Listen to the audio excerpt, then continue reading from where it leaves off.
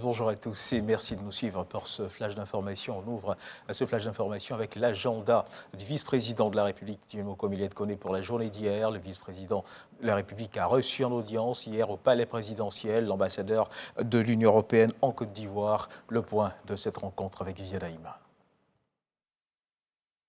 En fin de mission, l'ambassadeur de l'Union européenne en Côte d'Ivoire, Jobst von Kirchmann, a été reçu ce vendredi 26 août au palais présidentiel par le vice-président de la République, Koné Timoko Mélié.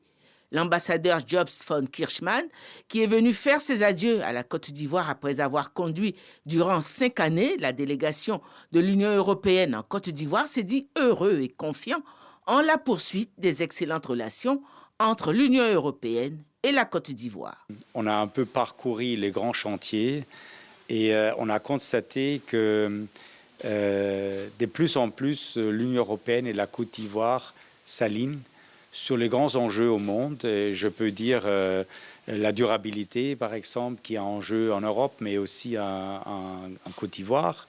La protection de l'environnement, la production de l'énergie, la sécurité, mais avant tout, les valeurs qui créent nos sociétés respectives. Parce que la Côte d'Ivoire, comme l'Union européenne, défend les valeurs qui sont des valeurs universelles. Et donc, quand je quitte dans quelques jours la Côte d'Ivoire, je quitte un pays qui est un vrai ami, un vrai partenaire, et qui a trouvé son chemin dans mon cœur. Comme j'ai dit souvent, un pays auquel je suis très attaché. Et donc, en partant aujourd'hui avec monsieur le vice-président, on disait on fait un pacte je vais revenir de temps en temps. Et ce que je voulais faire de toute façon, parce que c'est difficile de quitter des amis et ne pas les revoir. C'est depuis septembre 2018 que l'ambassadeur Jobst von Kirchmann était à la tête de la délégation de l'Union européenne en Côte d'Ivoire. Le Premier ministre Patrick Achi est arrivé hier vendredi à Tunis, hier donc en fin de journée où il prend part à la 8e conférence internationale de Tokyo, la TICAD, première édition en présentiel depuis la crise sanitaire de la Covid-19. Ce rendez-vous va aborder les sujets de reprise économique mondiale, de la digitalisation de l'économie verte et donner un coup d'accélérateur à plusieurs projets ivoiro-japonais, notamment dans les secteurs des infrastructures, de la santé, de l'industrie ou encore de l'agriculture. La secrétaire générale de la francophonie est en visite en Côte d'Ivoire. Louise Mouchiki-Wabo s'est rendue à Yamoussoukro pour saluer la mémoire de feu le président de la République, Félix Houphouët-Boigny.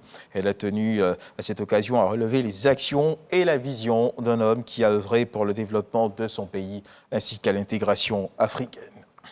Dans l'actualité internationale du côté de l'Angola, lors d'une conférence de presse qui a eu lieu à Luanda, d'Alberto Costa Junior, candidat de l'UNITA à la présidentielle, a contesté hier les résultats préliminaires officiels des législatives devant décider du prochain président angolais qui donne pour l'instant l'avance au parti au pouvoir, le MPLA. L'UNITA ne reconnaît pas les résultats provisoires divulgués par la commission électorale, a-t-il déclaré. Avec plus de 97% des votes dépouillés, le parti du président sortant, João Lourenço, est donné en tête avec 51,07% des voix exprimées. Toujours dans l'actualité internationale, Emmanuel Macron, le président français, entame le dernier jour de sa visite en Algérie à Oran, une étape qui doit lui permettre de rencontrer la jeunesse algérienne et de donner une dimension culturelle à son déplacement. Mais avant de repartir en France, Emmanuel Macron, le président français, retournera à Alger pour signer une déclaration avec le président Tebboune et consacrer un nouveau partenariat avec l'Algérie. On termine ce tour du monde de l'actualité internationale avec le Pakistan. Face à des pluies exceptionnelles, le Pakistan décrète l'état d'urgence. Des millions de personnes sont affectées par les inondations dans le pays depuis le début de la mousson, mi-juin 2022. Les habitants des provinces de Baloutchistan, du Khyber Pakhtunkhwa et du Sindh sont les plus touchés par ces intempéries. La pluie, elle, continue de tomber. Voilà qui marque la fin de ce flash d'information. Merci de nous avoir suivis. Je vous retrouve à 13h pour le journal.